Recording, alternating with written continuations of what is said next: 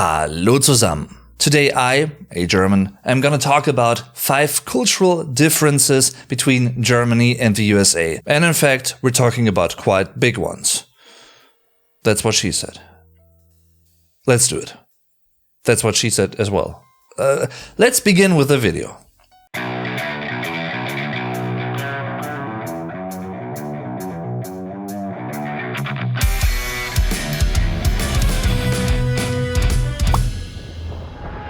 The first big difference that I want to talk about is something that I keep noticing when I'm watching the German news. As opposed to the USA, in Germany, we don't have tornado alleys, zones, typical ones at least.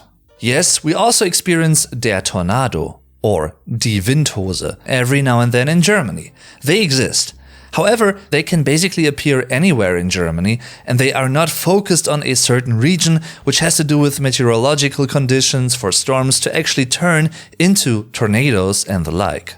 The general German term for all these weather phenomena is der Wirbelsturm, singular, die Wirbelstürme, plural, the whirlwind, as an almost literal equivalent, only with a different second or last part in that compound word.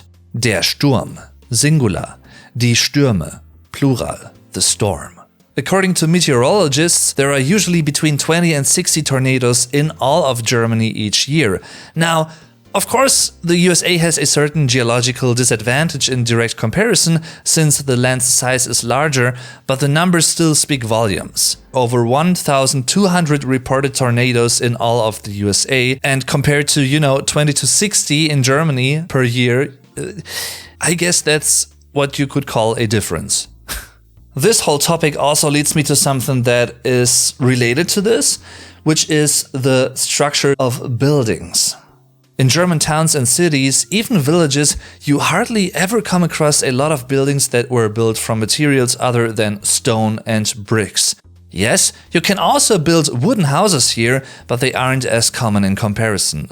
So when I see news reports and footage about tornado destructions in the US from my German perspective, I sometimes can't help but wonder if many houses there are built less stable in comparison. Or maybe that's the plan, to build them less stable because you expect them to not last as long as houses that are not located in tornado regions, in tornado zones.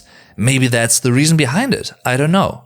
However, in other words, German houses seem to be built more solidly. And that is not something that's exclusive to Germany, but rather seems to be common for many European countries as well. According to my research about this topic, and feel free to correct me here, the insulation, die Dämmung, of American houses often doesn't seem to exist, and roofs are rather loosely stapled onto the building or connected by staples.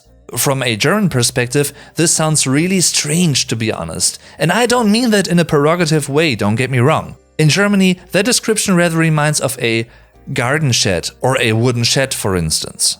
On the other hand though, Germans usually miss out on something that seems to be a standard in every American house. At least that's what it seems like to me. Air conditioning. In usual German residential buildings or houses, you won't find directly implemented ACs, even though summers in Germany can get quite hot as well, at times at least. For instance, up to 40 or 42 degrees Celsius, that is up to 104 to 107.6 degrees Fahrenheit. Oh dear Fahrenheit, yeah. But actually, that leads over to my third topic, scales and units. That whole topic is, wow.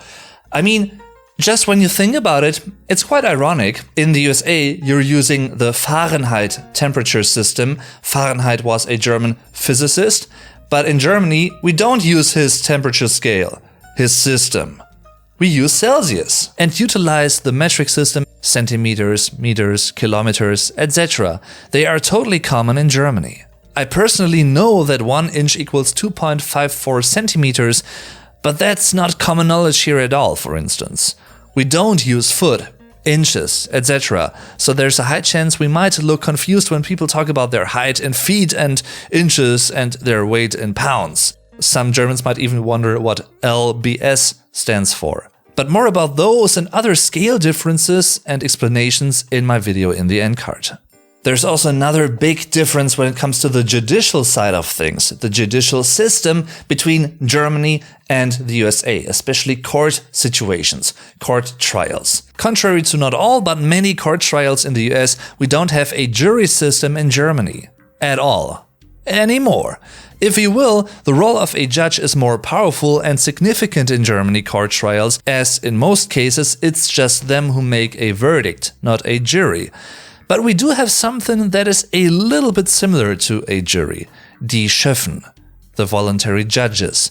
In my video about this topic, I've explained more details about this quite big difference and how up until 1924, juries were a common thing in Germany as well. So for me as a German watching, true crime documentaries and whatnot from American productions, I'm always fascinated by the jury system, because we don't have that in Germany. Sometimes it's the little things that make a huge difference in terms of how we perceive things. And one of those little differences has to do with numbers, because even though we both, meaning you may be watching this as an American and us Germans, we use the same digits, the same numbers, we refer to some of them a bit differently. Whereas in English, it's the tens digits that are mentioned first, and then they are followed by the units, the single units. It's the other way around in German. In English, it's 32, and in German, it's 32. So it's the other way around. Also, the hyphen in the English term is replaced by an and, so to speak. Apart from this big difference regarding the very small numbers, there's also a linguistic difference in bigger numbers. So tell me, which bigger numeric unit comes after million? Right! It's obviously die Milliarde, singular, die Milliarden, plural, which equals billion in English? Yes, it does, strangely enough. However, we also have the term die Billion, singular, die Billionen in German, but that one refers to the next higher unit after the English billion. So in other words, the English billion equals the German Milliarde. So from my German perspective, looking at the English system there seems to be a missing link. You left out a step in the ladder of numbers and units and scales and whatnot. Of course, I know you don't, but it seems to me like that because of the terminology, which is fairly interesting, may I say. But that's not it in terms of numbers, because when we take a look at single units, single numbers, meaning all numbers ranging from 0 to 9, there's also some confusion potential, at least on the German side of things, and here's why. Since the numbers 2, 2 and 3 sound quite similar, especially talking on the phone or talking quite fast on the phone, Germans came up with an alternate word for the number 2 by changing the suffix I to O. So many Germans also say 2 instead of 2, meaning the same number though. This way, it's way easier to tell both numbers apart in conversations. And interestingly enough, that also has been applied to months, since der Juni and der Juli sound really similar in the same situations basically. So in English you don't have that problem, but in German you do. And hence another possible and common word for Juni is Juno. So it would be Juno and Juli. And this way you don't get confused. And in case you're interested in podcasts, well, I have one as well. It's simply called The German Podcast. The simple reason being it's for both native speakers and German language learners. So you can basically use it as a listening practice. Thanks for watching everyone. I'm your Vlog Dave. Tschüss und bis zum nächsten Mal.